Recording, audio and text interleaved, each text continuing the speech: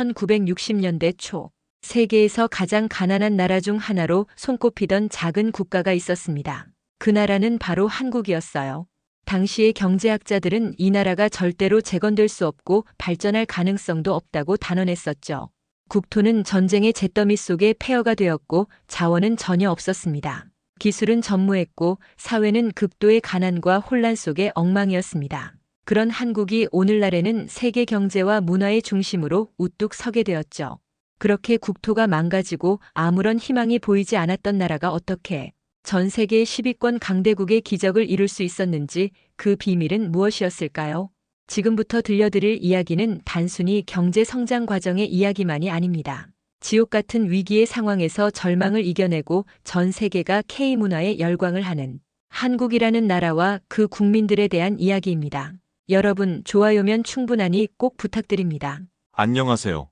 저는 동방의 조그만 나라, 굶주림과 배고픔에 허덕이던 사람들이 많았던 나라에서 기적적인 변화와 성장을 직접 목격한 경제학자 아담 제임스라고 합니다. 제가 처음 한국을 방문한 것은 1964년이었어요. 당시 저는 미국 국제개발처에서 신흥국들의 경제개발 가능성을 분석하는 일을 맡고 있었습니다. 다양한 나라의 산업 구조를 연구하고 그들이 경제적으로 성장할 수 있는 방법을 모색하는 일이었죠. 솔직히 말하자면 저는 처음부터 한국은 전혀 관심이 없었습니다. 들리는 이야기라고는 희망이 전혀 없는 아시아에서 가장 빈곤한 나라라는 말만 들렸기 때문이죠. 당시 많은 경제학자들은 브라질, 인도, 필리핀, 가나 등 다른 신흥국들에 더 큰 관심을 보였어요. 그 나라들은 넓은 영토와 풍부한 천연 자원을 가지고 있었기 때문입니다. 반면 한국은 자원이 부족하고 전쟁의 상처로 완전히 폐허가 되어 있었습니다. 당연히 국제개발처에서도 한국보다는 다른 나라에 대한 연구를 선호하는 분위기였습니다. 하지만 제가 연구국을 선택하는 과정에서 같이 연구를 하던 동료가 제게 한마디를 했습니다. 제임스, 모두가 외면하고 경제학적으로 볼 때 가장 가능성이 없는 나라지만 반대로 가능성이 전혀 없는 나라가 만약 성장한다면 더 흥미롭고 연구할 가치가 있지 않겠나? 저는 처음에는 그저 장난스럽게 들렸던 말이 제 귓가에 계속 맴돌았고 머릿속에서 지워지지가 않았습니다. 그 당시 국제사회에서 한국에 대한 평가는 매우 부정적이었습니다. 대부분의 경제학자들은 한국이 영원히 빈곤에서 벗어나지 못할 것이라고 단언하기도 했죠. 사실 저 또한 한국이 경제적으로 발전할 수 있을지에 대해서는 회의적이었죠. 그러나 앞서 말씀드렸듯이 무언가에 끌려 한국이라는 나라에 계속해서 관심이 이끌렸고 결국 한국을 가보기로 했습니다. 한국에 도착한 첫 느낌은 정말 형편없구나였습니다. 하지만 그런 나라가 훗날 세계 10위권 경제대국이 될 것이라는 상상조차 하지 못했습니다. 한국이라는 나라는 보면 볼수록 놀라운 사실을 발견했습니다.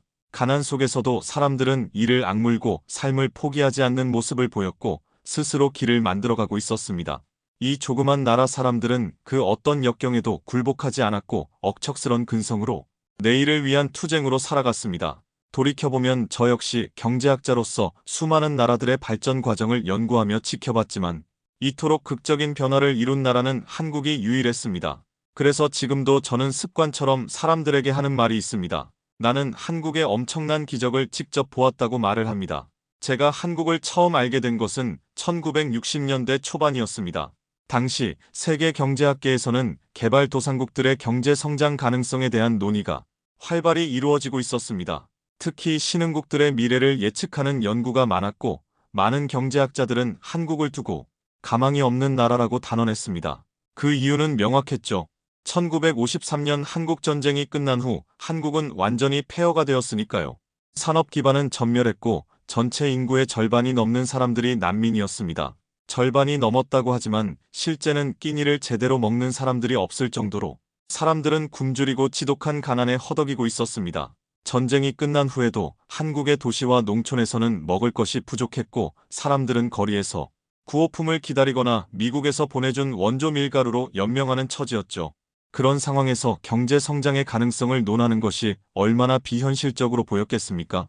당시 개발도상국들의 경제 성장을 예측하는 문제는 경제학계에서 큰 관심사를 끌었습니다.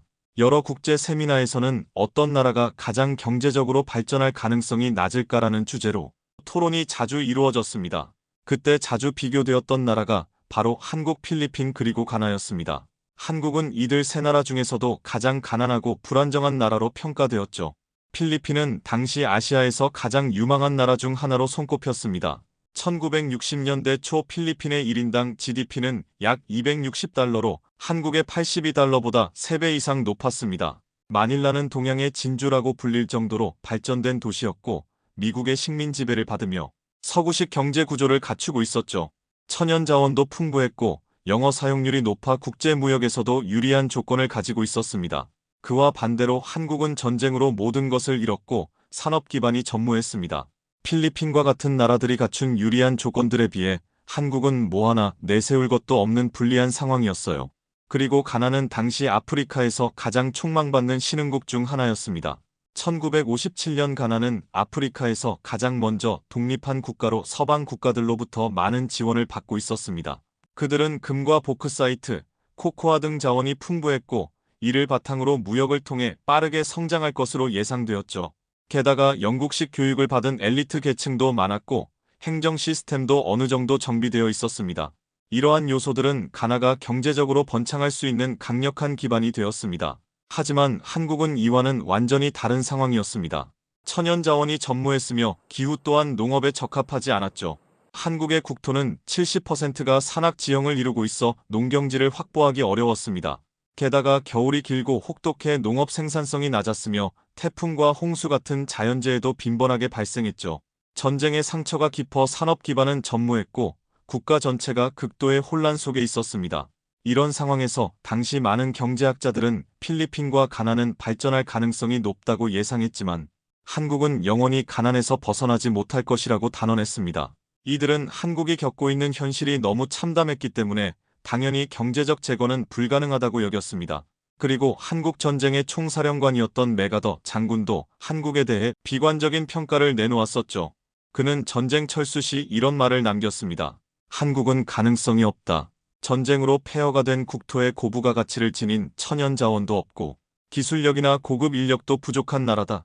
게다가 사계절의 기온 편차가 크고 국토의 70%가 산악 지형이라 농업에도 불리하기 때문에 한국이 발전할 가능성은 매우 낮다는 것이었죠. 이 말은 당시 서방 경제학자들이 한국을 바라보는 시각을 그대로 대변하는 것이었습니다.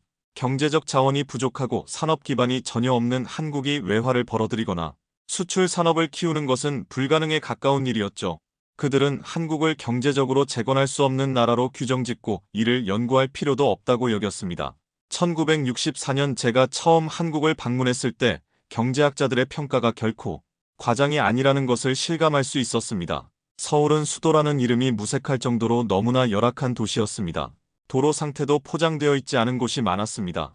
또한 도심 곳곳에는 한국전쟁 때 파괴된 건물의 잔해가 그대로 남아 있었죠. 거리에는 리어카에 폐자재를 실어 나르는 사람들의 모습이 보였고 원조 물자를 받기 위해 줄을 서 있는 사람들도 쉽게 찾아볼 수 있었습니다. 아이들은 고무신을 신고 다녔는데 그것도 앞에 코가 벌어진 신발이라고 할 수 없는 것들을 신고 있었으며 학교에 가는 것조차 어려운 가정이 많았습니다. 당시 한국의 주요 산업은 농업과 일부 가내수 공업이 전부였습니다. 쌀과 보리, 감자와 같은 주요 작물들이 있었지만 생산량은 충분하지 않아 많은 사람들이 배고픔을 견뎌야 했습니다. 한국의 주식이 쌀이라고 하지만 이 당시 한국 사람들은 쌀은 고사하고 보리쌀로 만든 밥 한 그릇도 제대로 먹지 못하는 가난에 허덕이고 있었습니다. 공업이라 할 만한 것은 거의 없었고 대부분의 공산품은 일본이나 미국에서 수입해야 했습니다. 한국은 해외로 수출할 수 있는 물품도 거의 없었고 외화는 전적으로 미국의 원조에 의존하고 있었습니다. 미국은 50년대부터 한국에 상당한 원조를 제공했죠. 55년부터 61년까지 한국이 받은 미국 원조는 약 18억 달러에 달했습니다. 이 돈은 한국 정부 예산의 80% 이상을 차지했고 시중에 유통되는 밀가루와 설탕의 대부분도 미국에서 보내온 원조 물자였습니다. 이러한 현실을 볼 때 한국이 스스로 경제를 성장시킬 수 있을 것이라고 믿기는 어려웠습니다. 자원을 자급자족할 수 없고 기술력도 없으며 외부 원조에 의존하는 상황에서는 그 누구도 한국의 경제가 자립적인 발전을 이루어낼 수 있을 것이라 예상하지 않았습니다. 이 때문에 당시 한국을 방문했던 외국 경제학자들도 한국의 미래를 밝게 보지 않았죠. 그에 반해 한국과 비교되었던 필리핀과 가나는 60년대 빠르게 성장하고 있었습니다. 필리핀은 미국과의 무역을 통해 안정적인 경제 구조를 구축하고 있었고, 마닐라는 동남아시아에서 가장 발전된 도시로 평가받고 있었습니다. 필리핀의 경제는 자원을 바탕으로 성장 가능성이 높았고, 가나는 그와 비슷한 조건을 갖추고 있었죠. 가나는 코코아 수출을 통해 외화를 벌어들이며 당시 아프리카에서 가장 부유한 나라 중 하나였습니다. 천연자원 덕분에 빠르게 성장할 것으로 예상되었고, 국제사회에서도 그 잠재력에 대해 큰 기대를 했습니다. 그러나 한국은 여전히 가난과 원조에 의존하는 상황에서 벗어나지 못하고 있었습니다. 당시 제가 만난 여러 서구 경제학자들은 이렇게 말했습니다. 한국은 필리핀이나 가나처럼 성장할 기초가 전혀 없다. 이 나라는 100년이 지나도 가난을 벗어나기 어려울 것이다. 한국은 자원도 없고 산업 기반도 없으며 정치적 안정성이나 사회적 기반도 없기 때문에 한국 국민들은 영원히 배고픔과 가난에 찌들려 삶을 살 것이다. 이런 의견은 당시 경제학계의 전반적인 생각을 대변하는 것이었습니다. 하지만 지식을 뽐내고 으쓱대던 경제학자들의 예측들은 시간이 지나면서 완전히 빗나가게 되었죠. 필리핀과 가나는 얼마 가지 않아 정치적 혼란과 부정부패로 인해 성장이 정체되고 말았죠. 두 나라 모두 그들의 경제 잠재력을 발휘할 수 있는 환경을 구축하지 못한 채 오히려 역행하는 길을 걸었습니다. 반대로 한국은 1970년대 이후 본격적인 산업화를 시작하며 세계 시장에 도전하기 시작했습니다. 산업화의 물결을 타고 한국은 점차 자립적인 경제 성장의 길을 열어갔습니다. 당시 경제학자들이 보지 못했던 것은 바로 한국인들의 독종 같은 강한 의지와 끊임없는 노력이었습니다. 한국은 천연 자원은 없었지만 국민성 자체가 자원이었던 것이었습니다. 근면하고 성실한 사람들의 노력은 결국 거대한 변화를 이끌어냈죠. 한국은 무에서 시작해 시간이 지나면서 기술과 교육 그리고 산업화의 속도를 높여가며 비약적인 성장을 이루었습니다. 오늘날 2025년 한국은 세계 10위권 경제대국이 되었고 필리핀과 가나는 여전히 개발도상국의 위치에서 벗어나지 못하고 있습니다. 이 기적 같은 변화는 어떻게 설명이 되고 가능했을까요? 다시 시간을 돌려보면 제가 처음 한국 땅을 밟은 것은 1964년 봄이었습니다. 미국 샌프란시스코에서 출발한 비행기는 일본 도쿄를 경유한 뒤 부산 수영공항에 도착했습니다. 당시에는 부산으로 들어오는 비행기는 수영공항이라고 있었습니다. 비행기에서 내리자마자 한국의 첫 인상이 아직도 생생하게 기억에 남습니다. 수영공항은 미국이나 유럽의 공항과는 비교할 수 없을 정도로 열악했습니다. 활주로는 비포장이었고 공항시설이라고 해봤자 볼품없었습니다. 공항 주변에는 미군 군용차들이 주차되어 있었고 일부 한국인들은 미국에서 보내온 원조물자를 나르고 있었습니다. 한국전쟁 시 가장 사람들의 교류가 많았고 활발했다는 부산을 돌아보고 싶었습니다. 그런데 부산 도심으로 들어가는 길은 더욱 충격적이었어요. 거리에는 흉측스러운 건물들이 많았고 도로는 포장이 제대로 되지 않은 곳이 많아 비가 오면 진흙탕이 되기 일쑤였죠. 가장 인상적이었던 것은 부산국제시장의 풍경이었습니다. 거리 곳곳에는 미군이 사용했던 군복과 군화, 담배 통조림 같은 군수품들이 팔리고 있었습니다. 아마도 미군 부대에서 흘러나온 군수품들이 한국인들의 주요 생계수단이 되고 있었죠. 특히 시장 곳곳에서 밀가루 국수를 만들어 파는 상인들이 많았는데 이 국수는 미국 원조 밀가루로 만든 것이었습니다. 당시 한국은 미국의 원조에 크게 의존하고 있었고 원조 물자들은 사람들의 일상생활과 생계를 지탱하는 중요한 자원이었습니다. 이런 부산의 상황을 둘러보며 저는 한국에 왜 왔을까 하고 후회를 했습니다. 이 나라가 정말 경제적으로 성장할 수 있을까라는 의문이 확신이 되는 순간이었습니다. 실제로 본 한국의 상황은 너무나 절망적이었고 경제적 성장의 가능성은 보이지 않았어요. 그러나 저는 그곳에서 본 것은 시작에 불과했음을 깨닫게 되었습니다. 부산에서 서울로 가는 기차를 탔을 때 저는 또 한 번 충격을 받았습니다. 당시 서울과 부산을 잇는 경부선 열차는 매우 낡아 있었습니다. 좌석이 부족해 객차 바닥에 앉아가는 승객들이 많았고 통로에는 보따리를 가득 싼 장사꾼들이 앉아 있었습니다. 기차가 움직이기 시작하자 창밖으로 보이는 한국의 시골 풍경은 더욱 마음을 아프게 했죠. 대부분의 집들은 초가집이었고 농촌에서는 소를 이용해 밭을 갈고 있었습니다. 들판에서는 아이들이 맨발로 뛰어놀고 있었고 행상들이 머리에 짐을 이고 다니며 물건을 팔고 있었죠. 역마다 기차가 정차할 때마다 거지들이 객차 창문에 매달려 구걸을 했습니다. 특히 전쟁으로 부모를 잃은 고아들이 많았고 역에서 음식을 얻어먹으려는 아이들이 몰려들었습니다. 그중 한 아이에게서 저는 잊을 수 없는 장면을 목격했습니다. 제가 가지고 있던 초콜릿을 그 아이에게 건네자 아이는 허겁지겁 초콜릿을 먹으며 연신 고개를 숙였습니다. 그 모습은 너무나도 가슴 아프고 한국이 처한 현실을 다시금 실감하게 했습니다. 아이는 그 작은 초콜릿 한 조각으로 한 끼의 허기를 달래고 있었고, 저는 그 모습을 보며 이 나라가 겪고 있는 참담한 현실을 직면하게 되었죠. 긴 시간 기차 여행 끝에 마침내 서울역에 도착했을 때 그곳은 마치 시간이 멈춘 듯한 모습이었습니다. 서울은 미국이나 일본의 수도와 비교하면 너무나도 달랐습니다.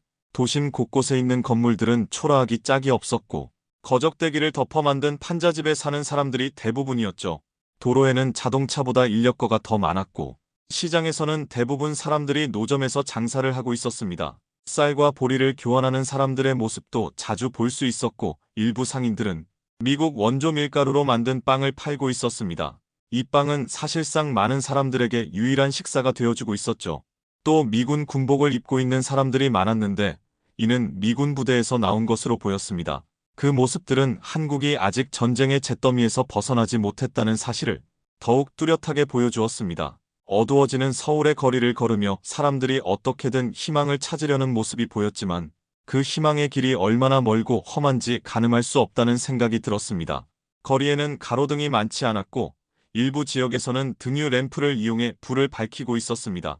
전기가 공급되는 지역도 정전이 잦아 저녁이면 촛불을 켜는 가정이 많았습니다. 이 모습을 보며 저는 이곳이 정말 수도가 맞는지 하는 의문이 들었죠.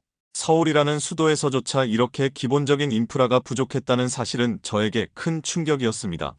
한국 경제는 당시 완전히 미국의 원조에 의존하고 있었습니다. 미국의 원조 물품이 없으면 생활이 불가능할 정도였죠. 쌀 생산량이 절대적으로 부족해 미국에서 밀가루와 옥수수를 원조로 받아와야 했고, 그 밀가루로 만든 국수와 빵이 한국인들의 주식이 되었습니다. 설탕, 연유, 분유 등도 모두 미국에서 들어온 원조 물품들이었죠. 이 원조 물품들은 한국 사람들의 기본적인 생계를 지탱하는 중요한 자원이었습니다. 한국의 가장 큰 문제는 수출할 수 있는 물품이 거의 없다는 점이었습니다. 그 때문에 달러를 벌어들이는 것이 불가능했고, 원자재 또한 해외에서 수입해야 했지만 외화가 부족해 공장 가동이 어려운 상황이었죠. 이로 인해 한국은 매년 미국으로부터 원조를 요청해야 했고, 그 원조에 의존할 수밖에 없었습니다. 제가 한국을 방문했을 당시 경제학자들 사이에서는 한국이 미국 원조 없이는 독립적인 경제를 운영할 수 없다는 의견이 지배적이었습니다. 그만큼 한국의 경제 상황은 절망적이었고, 당장의 문제를 해결하기에도 벅찬 상태였습니다. 한국은 자원이 없고 산업도 부족하며 무역할 만한 기반조차 없었습니다. 외부의 원조와 지원 없이는 경제 성장의 가능성을 전혀 상상할 수 없을 정도였습니다. 모든 경제적 문제를 미국에 의존하는 모습을 보며 과연 한국은 이런 지독한 가난에서 벗어날 수 있을까라는 생각이 지배적이었습니다. 70년대 초 저는 다시 한국을 방문했습니다. 그 당시 한국 정부가 추진하고 있던 경제 전략은 바로 수출 주도형 산업화였습니다. 과거 한국은 국내에서 소비할 제품을 만들기 위한 수입 대체 산업화를 시도했지만 내수 시장이 너무 작아 그 전략은 한계를 드러냈습니다. 이를 극복하기 위해 한국은 해외 시장을 목표로 하는 수출 중심의 경제 정책을 선택했습니다. 한국 정부의 경제 정책 변화는 크게 경공업 중심의 수출 확대, 사회 기반 시설 확충, 기업 지원 강화였습니다. 이 전략은 당시 서방 경제학자들 사이에서 큰 논란을 일으켰습니다. 한국처럼 작은 나라가 어떻게 세계 시장에 뛰어들겠다는 거지? 경쟁력이 부족한데 일본이나 대만과 경쟁할 수 있을까라고 말하는 이들이 많았죠. 저 역시 한국이 이 전략을 성공적으로 실행할 수 있을지 의문이었습니다. 그 당시 한국은 자원도 부족하고 기술력도 뒤처져 있었기 때문에 과연 어떻게 세계 시장에서 경쟁할 수 있을지에 대한 의문은 매우 컸습니다. 하지만 한국 정부와 기업들은 놀라운 속도로 이 계획을 실천에 옮기고 있었습니다. 그때 저는 한국 경제의 변화를 직접 보기 위해 몇몇 공장을 방문할 기회를 가졌어요. 그중 하나가 고려제강이었습니다. 고려제강은 60년대까지만 해도 철강 제품을 일본에서 수입해 판매하던 회사였죠. 하지만 70년대 들어 자체적으로 철강 와이어를 생산하면서 해외 시장 개척을 시작했습니다. 한국의 건설품과 맞물려 철강 제품의 수요가 급격히 증가하자 회사는 빠르게 성장하기 시작했습니다. 공장 내부를 둘러보니 노동자들은 뜨거운 열기 속에서도 땀을 흘리며 철강을 가공하고 있었습니다. 그들의 모습은 매우 열정적이었고 회사의 미래에 대한 희망을 느낄 수 있었습니다. 저는 그곳에서 통역을 통해 공장 관리자와 간단한 대화를 나누었는데 그가 말한 내용은 이랬습니다. 우리는 일본에서 철강을 수입하던 나라였습니다. 하지만 이제는 한국이 직접 철강을 만들어서 수출할 겁니다. 한국도 할 수 있다는 걸 보여주고 싶어요.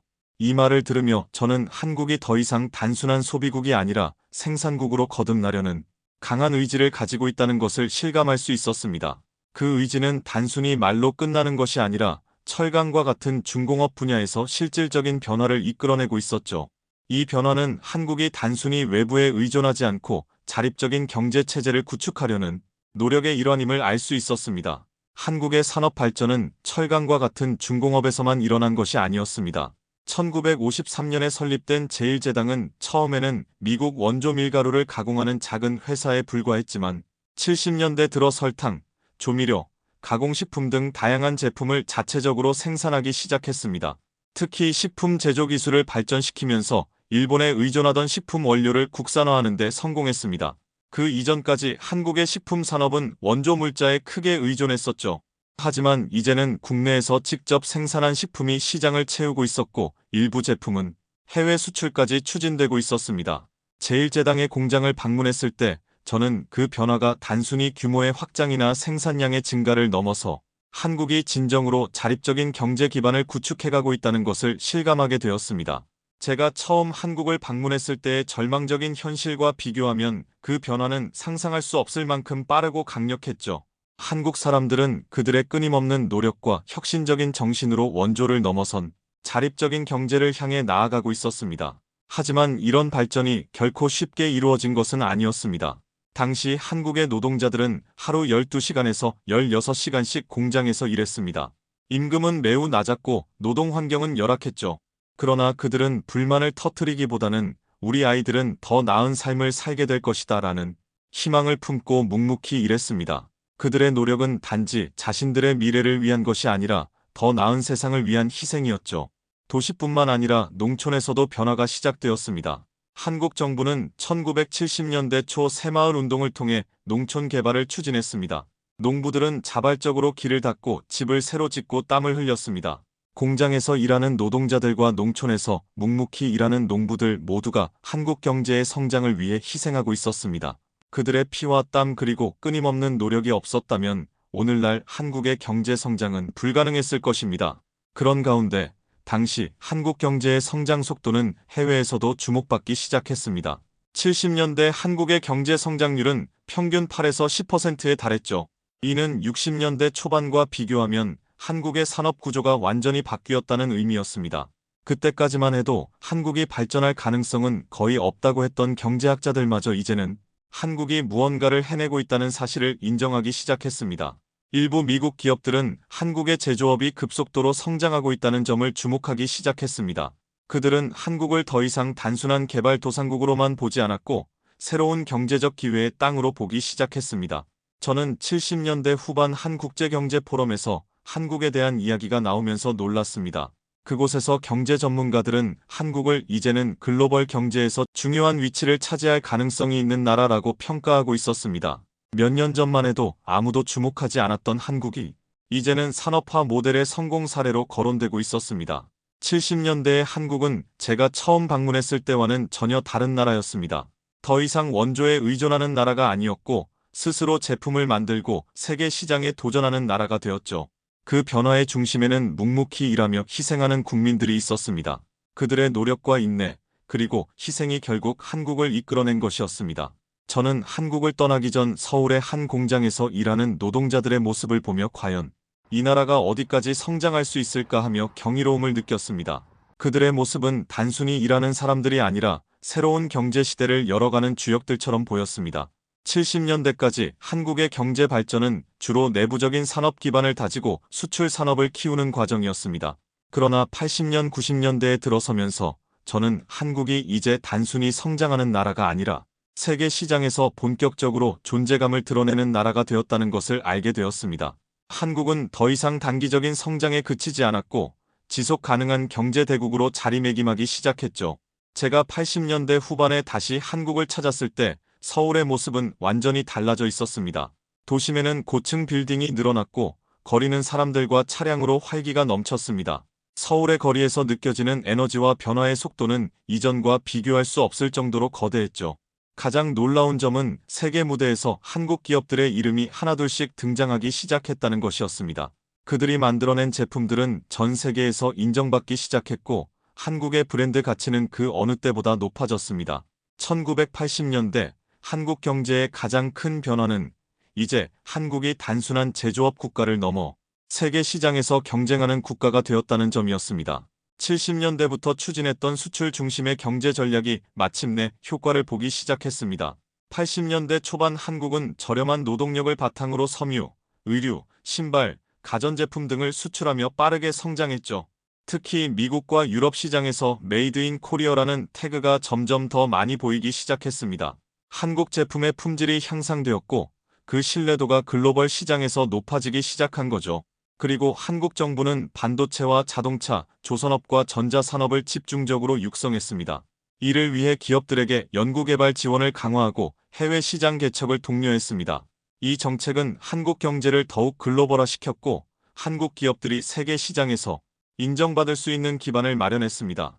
이러한 변화는 불과 20년 전 한국이 미국 원조에 의존하며 생계를 유지하던 시절과 비교하면 상상할 수도 없었던 발전이었습니다. 그때는 한국이 외국에서 물자를 수입해 생활하던 나라였고 이제는 수출을 통해 세계 경제에 영향을 미칠 수 있는 나라로 성장한 것이었죠. 제가 경제학자로서 한국의 발전을 지켜보면서 가장 놀랐던 부분 중 하나는 조선업의 성장이었습니다. 70년대 후반까지 한국의 조선업은 일본과 유럽에 크게 뒤처져 있었고 조선업은 막대한 기술력과 자본이 필요한 산업이었기 때문에 한국이 이 분야에서 성장할 가능성은 낮다고 평가받았습니다. 하지만 80년대 한국의 조선업은 급격한 성장을 이루었습니다. 1984년 현대중공업은 100번째 선박을 건조하며 세계 조선업계에서 본격적으로 이름을 알리기 시작했습니다. 이는 한국이 단순한 제조업을 넘어서 고부가 가치 산업에 도전하고 세계 시장에서 경쟁할 수 있는 능력을 갖추었음을 보여주는 중요한 이정표였죠. 80년대 후반이 되자 한국은 조선 수주량에서 일본과 유럽을 빠르게 따라잡고 있었고 마침내 90년대 초반 한국은 조선업 세계 1위 국가로 올라섰습니다. 이러한 변화는 세계 경제 전문가들 사이에서 큰 화제가 되었죠. 어떻게 한국이 이렇게 빠르게 조선 강국이 되었는가 하는 질문은 모두의 입에 오르내렸습니다. 저 역시 같은 의문을 품고 있었죠. 그러던 중 우연한 기회에 한국 조선소 관계자와 대화를 하게 되었고 그 이유를 알게 되었습니다. 한국 조선소는 최신 설비와 효율적인 생산 방식을 도입하면서 빠르게 경쟁력을 키웠습니다. 70년대까지만 해도 일본과 유럽의 대형 조선업체들은 한국을 경쟁자로 생각하지 않았지만 80년대 후반이 되자 상황이 완전히 바뀌었습니다. 그들은 한국의 급격한 성장을 예측하지 못했고 그 속도에 충격을 받았죠. 저는 현대중공업의 한 관계자로부터 이런 말을 들었습니다. 우리는 무에서 유를 창조해야 했습니다. 하지만 이제 우리는 세계에서 가장 경쟁력 있는 조선소를 운영하고 있어요. 그 말은 한국이 단순히 뒤늦게 따라간 것이 아니라 독창적인 방식으로 경쟁력을 구축하고 있다는 것을 의미했습니다. 그들은 기술 혁신과 생산성 향상에 집중하며 세계 시장을 선도하는 기술력을 빠르게 확보했습니다. 이제 한국은 더 이상 일본과 유럽의 조선업을 따라가는 나라가 아니라 세계 시장을 선도하는 나라가 되어 있다고 그는 자부심을 가지고 말했습니다. 정말로 그 말대로 한국은 이제 단순히 따라잡은 것이 아니라 세계 경제에서 중요한 위치를 차지하는 조선 강국으로 자리매김한 것이었죠. 한국 자동차 산업도 정말 놀라웠습니다. 80년대 초반 한국의 자동차 산업은 일본과 미국에 비해 한참 뒤처져 있었죠. 하지만 현재 현대자동차는 한국 자동차 산업을 세계 시장으로 이끌어가고 있습니다. 1986년 현대자동차는 포니, 엑셀을 미국 시장에 출시하며 세계 시장으로 본격적인 진출을 시작했습니다. 당시 미국 자동차 업계에서는 한국 차가 미국 시장에서 성공할 수 있을까라는 회의적인 시선이 많았습니다. 그러나 예상과 달리 포니, 엑셀은 출시 첫 해 16만 대가 판매되며 성공을 거두었죠. 이는 한국 자동차 산업의 첫 번째 큰 전환점이었습니다. 현대자동차는 일본 자동차 기업들보다 가격이 저렴한 장점을 내세워 글로벌 시장을 확대해 나갔습니다. 그들은 단순히 가격 경쟁력만으로 승부를 걸지 않았고 점차 기술력을 쌓아가며 차별화된 경쟁력을 갖추기 시작했죠. 90년대 후반 현대는 독자적인 엔진 개발에 성공하며 기술력을 크게 높였습니다. 이제 한국 자동차는 단순한 저가형 모델이 아니라 세계 시장에서 경쟁할 수 있는 수준으로 올라왔습니다. 그들은 품질뿐만 아니라 혁신적인 기술을 통해 글로벌 시장에서 인정받기 시작한 것이었죠. 제가 64년 처음 한국을 방문했을 때 한국이 이렇게 성장할 것이라고는 전혀 예상하지 못했습니다. 그때 한국은 자원도 부족하고 경제적으로 매우 열악한 상황에 있었습니다. 그러나 이제 한국은 세계 경제에서 확실한 존재감을 드러내고 있는 나라가 되어 있었습니다. 그 변화의 속도와 규모는 정말로 놀라웠습니다. 그리고 앞으로 한국이 어디까지 성장할 수 있을지 궁금해졌습니다. 한국이 어떤 경제적, 산업적 성장을 이룰지 그 가능성은 무한히 열려 있었죠. 그러나 이 성장은 단순히 몇몇 기업의 성공 때문만은 아닙니다. 그 거대한 경제적 도약 뒤에는 한국 국민들의 희생과 헌신이 있었습니다. 그리고 그 희생의 중심에는 새마을 운동이 있었습니다. 제가 1964년 처음 한국을 방문했을 때만 해도 곳곳에서 전쟁의 후유증이 많이 남아 있었습니다. 하지만 농촌의 상황은 그보다 훨씬 더 열악했죠. 대부분의 농촌에는 전기가 들어오지 않아 등유 램프를 사용하고 있었고, 화장실이 없는 집이 많았으며 길도 제대로 포장되지 않아 비가 오면 온 마을이 진흙탕이 되어버렸어요. 초가집에서 지내는 농민들은 가을 수확을 해도 빚을 갚지 못해 가난에서 벗어날 수 없었습니다. 농기계가 부족해 대부분의 농사는 사람이 직접 손으로 짓거나 소를 이용해 밭을 갈았고, 비료와 계량 종자가 부족해 수확량은 낮았죠. 자연재해가 발생하면 한 해 농사가 망하기 일쑤였고, 농촌의 경제적 상황은 더욱 악화되었습니다. 농촌을 떠나는 젊은이들이 많아지면서 마을에는 노인과 어린아이들만 남는 경우가 많았습니다. 그로 인해 농촌은 점차 인구 감소와 고령화 문제에 직면하게 되었습니다. 이런 상황에서 70년대 초 한국 정부는 농촌을 개혁해야 한다는 절박한 필요성을 느끼게 되었어요. 1970년 박정희 정부는 우리도 잘 살아보자는 구호 아래 새마을 운동을 공식적으로 시작했습니다. 저는 70년대 초 한국을 방문했을 때 마을 어귀에 새마을 운동 추진 마을이라는 표지판이 걸려 있는 것을 본 적이 있었습니다. 그 당시에는 이 운동이 단순한 농촌 정비 사업처럼 보였습니다. 그러나 시간이 지나면서 이 운동은 한국 사회 전체를 변화시키는 거대한 동력이 되었죠. 새마을 운동의 3대 기본 정신은 근면, 자조, 협동이었습니다. 이 운동의 효과는 농촌을 넘어서 전국적인 변화로 확산되었습니다. 이 운동은 한국의 경제 발전뿐만 아니라 사회적 자각과 협력의 문화를 형성하는 중요한 역할을 했습니다. 농민들, 노동자들 그리고 국민들 모두가 힘을 합쳐 새로운 미래를 만들어 나갔고, 그 여정은 한국 경제 성장의 핵심적인 동력이 되었습니다. 새마을 운동이 시작된 후 마을마다 가장 먼저 했던 일은 길을 닦는 일이었어요. 이전까지 농촌에서는 비가 오면 길이 진흙탕이 되어 다니기 어려웠죠. 하지만 마을 사람들은 삽과 곡괭이를 들고 흙길을 고르고 돌을 깔아 마을 도로를 정비하기 시작했습니다. 정부는 시멘트를 무상으로 제공했고, 주민들은 자발적으로 노동력을 제공했습니다. 그들은 함께 힘을 모아 마을을 발전시키기 위한 첫걸음을 내디뎠죠. 새마을 운동이 본격화되면서 초가집 대신 기와집과 슬레이트 지붕을 올린 집들이 늘어났습니다. 이 변화는 단순히 물리적인 집을 짓는 것을 넘어 사람들의 자부심과 공동체 의식을 키우는 중요한 과정이었습니다. 한국 농촌은 단지 물질적인 변화만을 이룬 것이 아니라 사람들의 마음속 깊은 곳에서부터 변화를 시작했던 것이죠. 70년대 중반부터 한국 정부는 비료 계량 종자 농기계 보급을 확대했습니다. 소규모 논농사에서 벗어나 기계화된 대규모 농업이 시작되었죠.